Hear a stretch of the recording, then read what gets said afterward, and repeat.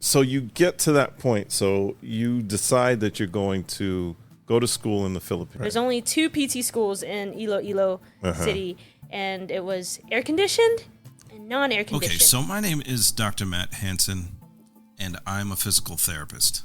I've spent my entire career working with people from all walks of life during their most vulnerable moments. We all share a common thread in each of our stories. Our stories tell about how our failures, our triumphs, our heartbreaks, and our victories. Our stories tell others of how our experiences shape us and make us who we are. In this series, I hope to bring you the stories of all of us, overcoming and finding understanding. Don't forget to subscribe to our channel. Stick around, listen, like us on Instagram at AskDrHansenPT. Also check us out on TikTok. Listen, I hope you enjoy the show. We have Kyra on talking about, this is a 4-part series where she's going to talk and explain about how she spent an extraordinary low amount to go to PT school. Some of you who haven't signed up for physical therapy school yet, you may want to hear this. And those of you who've already finished, I'm sorry this might rub it in your face. Like and subscribe. That's my time. I'm Dr. Hansen at the Ask. Here we go. So you go there first time, you're going with your parents. They're taking you there, I'm sure, right? No, I flew it. I think I flew with my, I can't even remember who flew with me. I think it was my dad. Okay. And then he helped me to like get enrolled in school and just see the school, what it's going to be like, the decisions and like what school I'm going to go to. Right. There's only 2 PT schools in Iloilo City, and it was air conditioned and non-air conditioned. Oh. And that was an easy choice for me. You're taking the air conditioned version. I am taking the air conditioned one. Wow. Okay. And that was. So what was that? What was that university? Give a shout out to. St. Paul University, Iloilo. Iloilo. Yeah. Shout out to the Polinians. See, I did my homework. Yes. Shout out to the Polinians. Listen, I know. I'm paying attention. I'm paying attention. I'm working on my Tagalog and everything. Oh, yeah? What have you learned so far? Okay. Salamat po. Walang aluman. Oh that's it. Wait. Mabuti. Oh, that's good. Mabuti po. Okay, there you go. Walang aluman. Yeah.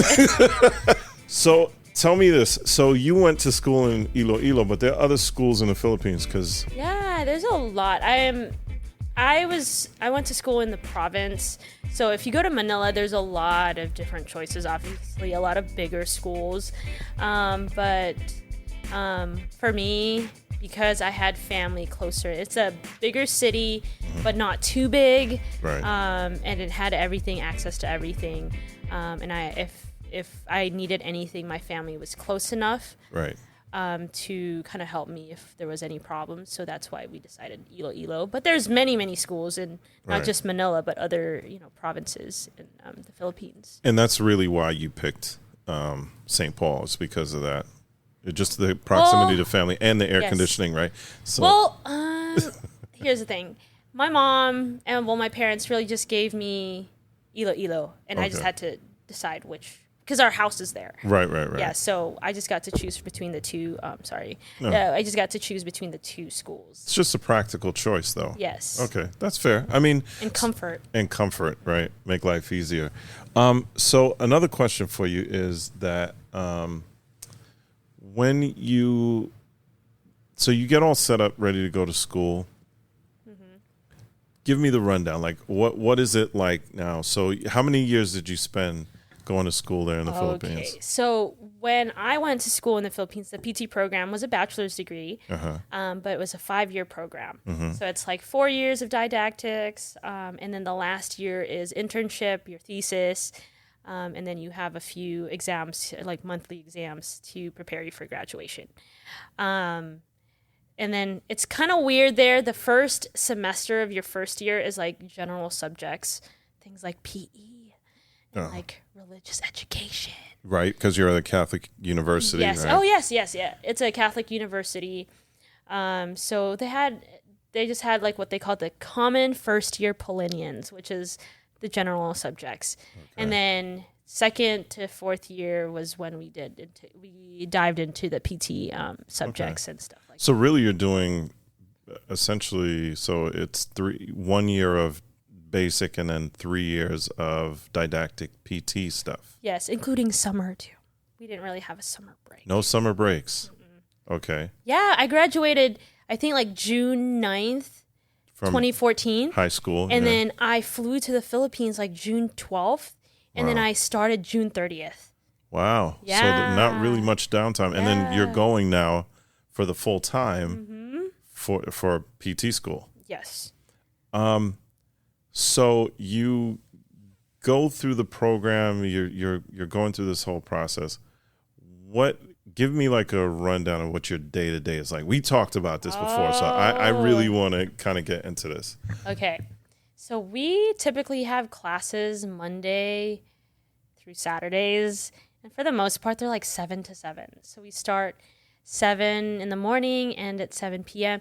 Usually there's little vacant, spots in here and there during the day. Right. But for the most part, it's nonstop just school. And then we have, I'm going to tell you something. So during the whole transition process, I had a hard time with that because the school system and the way that I went to high school here and when I started going to PT school there was so different. And I always share the story to the students about the frog. This frog story. The frog story. Because when you do your labs in high school, right, you're dissecting a frog. They supply everything for you. So from the equipment to the frog, it's there. And it's just this, white frog that's dead, right? on your table. And then in the Philippines, I think it was, I don't know if it was biology or if it was zoology, one of those classes, we had to dissect a frog. Okay, so I'm this girl from California, and it's my first lab class. And I come in, and it was a group project. Good thing it was a good group project. So my classmates took care of me in this part because I thought the frog was going to be supplied for us.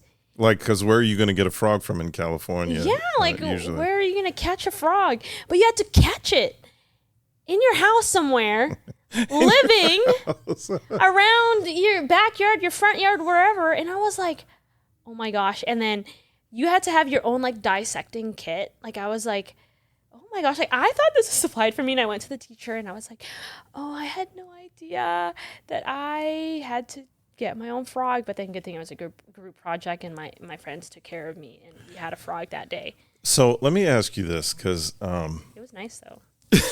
You could see all the organs and it's nice. And it's different alive. Colors. Yeah. And, yeah, it was cool. Question for you though. Okay. Let's flip this on its head, right? Yeah. I don't know very many kids right now that would catch their own frog.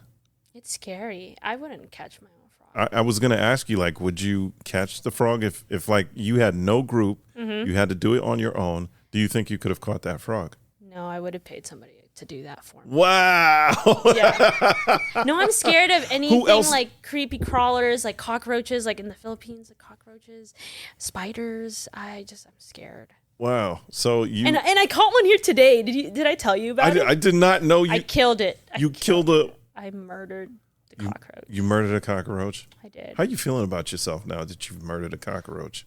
It's okay. It's for the betterment of the whole clinic.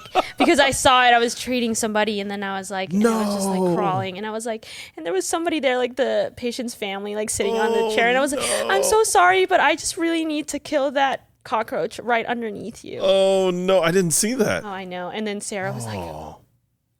Really? Yeah. They come in from outside. We don't really have anything in here that a cockroach wants. Oh, but I know. I mean, what do they want? Therapy? I mean, seriously. So usually once a day, there's one that crosses over from other sides. Yeah. And I always do a check morning in the inspection. morning. Yeah. And so I didn't see anything this morning. So I was like, okay. But that means that something's going to come up. So that was the one for the day. I didn't see that. But hats off to you for knocking that one out. Because,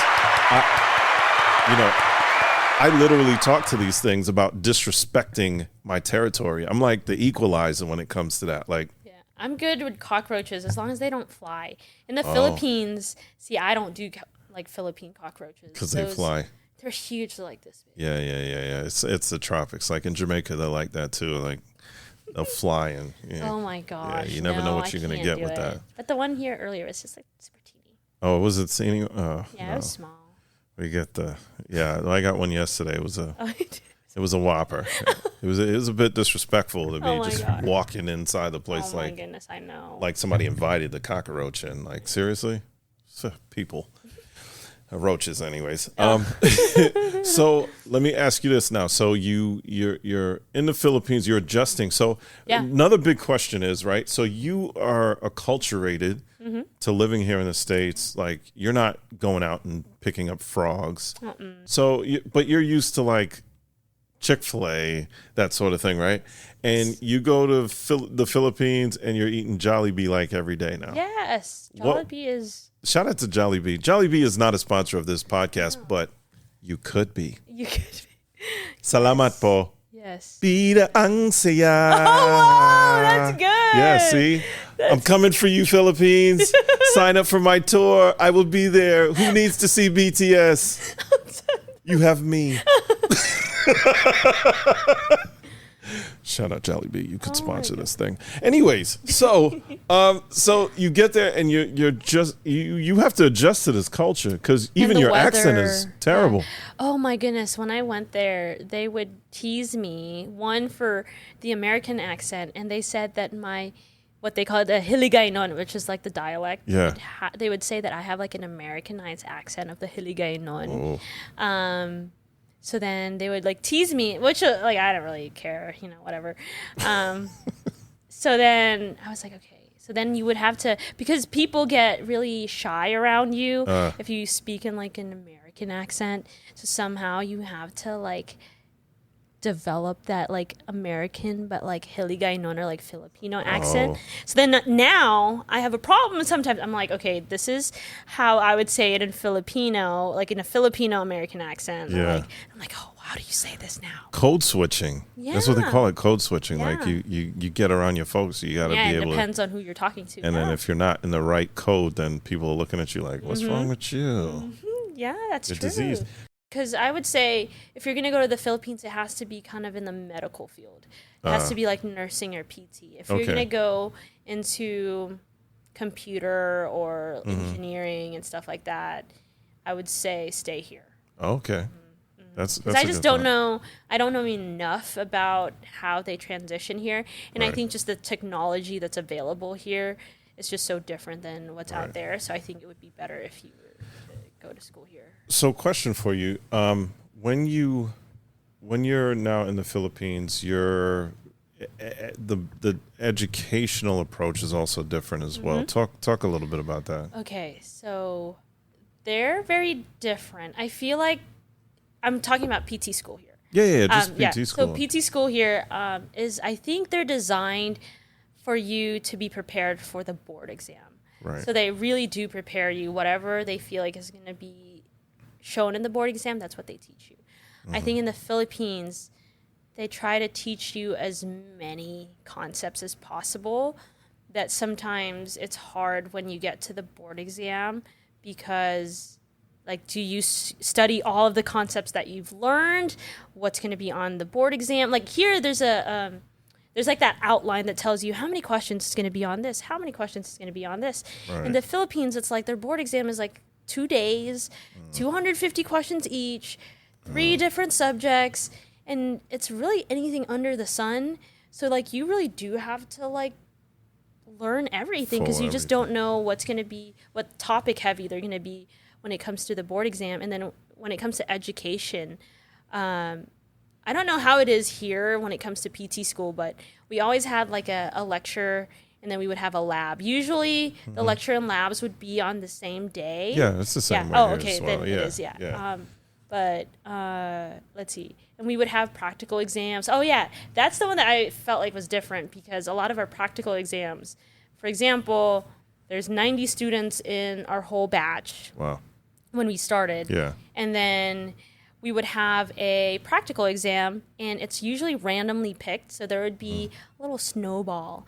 So we all have to be there by attendance. So sometimes we start as early as 6 o'clock, 7, 8, whatever it is. Okay. And you have to be there the entire time because you could be randomly picked to go and go next. Yeah. Oh, wow. So like sometimes they'll say, oh, it's going to be in alphabetical order. Then I'll be like, okay, well, I'm S. I'm at the end. Yeah. But you still have to be there for attendance. So when it starts at 7, you have to be there at 7. Be there at 7. But when it's snowball and you just get randomly picked, you're just sitting there, reviewing. And by the time it gets to like 6 p.m. and you're still not called, and you're like, oh my goodness, like I just want to get this over with. And then like the latest I think we left the school was like 9 p.m. Seriously, doing practicals. Mm-hmm.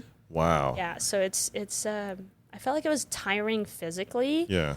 But I think school-wise, I felt like the IB program that I was in high school really prepared me, and I always say this. Really? I don't know, this might be an unpopular opinion, but I felt like the IB program was a lot harder than my PT school, like overall. Yeah. I mean, I could see how that could be possible though, because I know it's a rigorous didactic thing, so you can't miss out on much. But question for you now. Mm-hmm.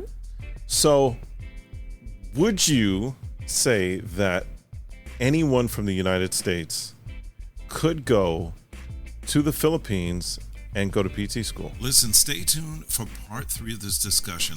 Well, Kyra is going to break down exactly how she made the brave choice to go to school in the Philippines and save an extraordinary amount of money to go to PT school. Listen, we hope that you're enjoying the series, and stay tuned for part 3 in our 4-part series. If you haven't done so already, don't forget to subscribe to the podcast, as well as to go and join us on TikTok and Instagram for additional footage and insight into this podcast. Listen, thank you for joining us. I'm your host, Dr. Hansen, at The Ask.